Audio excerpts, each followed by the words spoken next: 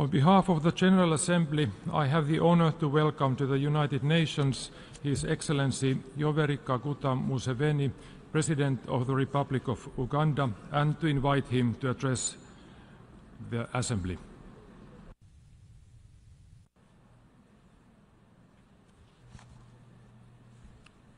Your Excellencies, Heads of State and Government, President of the United Nations General Assembly, Secretary General of the United Nations, distinguished delegates, ladies and gentlemen. The theme for this session, focusing on people striving for peace and a decent life for all on a sustained planet.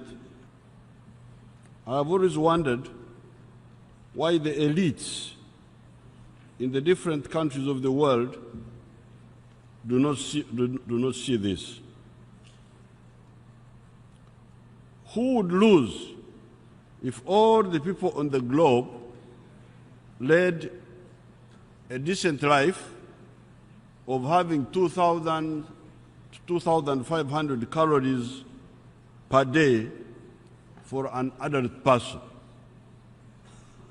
Who would lose if all the people each day were getting enough calories to support their bodies? Who would lose if all the immunizable diseases that afflict people were immunized against? Who would lose if that one was achieved for all the people in the world that need immunization, for all the immunizable diseases got it? What would be the problem? Who would lose if all young people, children, accessed education to achieve literacy, numeracy, and skills as a minimum? Who would lose if all the human beings had a health unit within the radius of 5 kilometers from where one lives? Who would live if all human beings had access to clean electricity, away from charcoal, firewood, and dirty kerosene? Who would lose if every person, adult person, had a well-paying job? Who would lose if every family on the globe had a three-bedroom decent house for each family?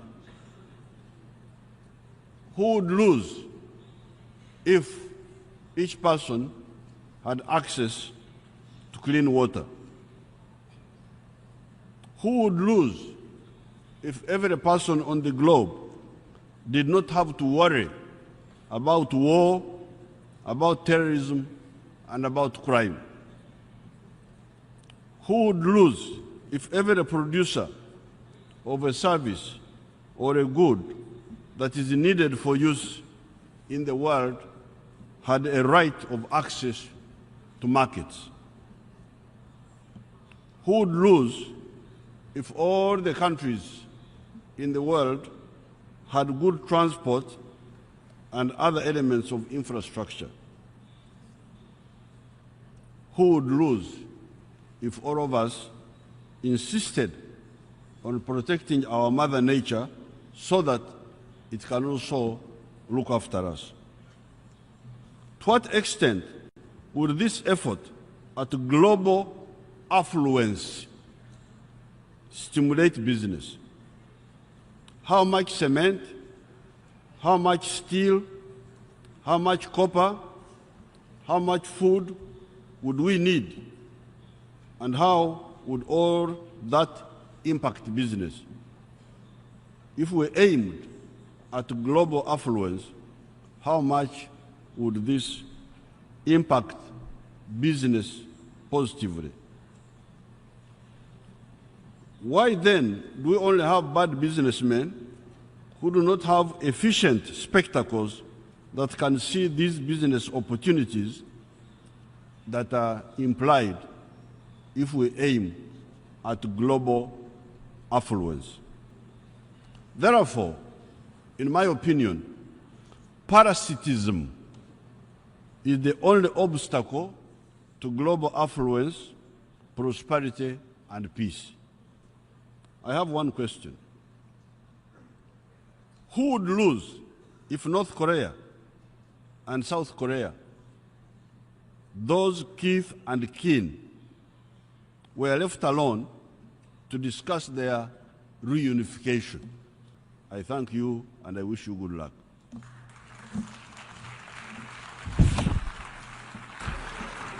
On behalf of the General Assembly, I wish to thank the President of the Republic of Uganda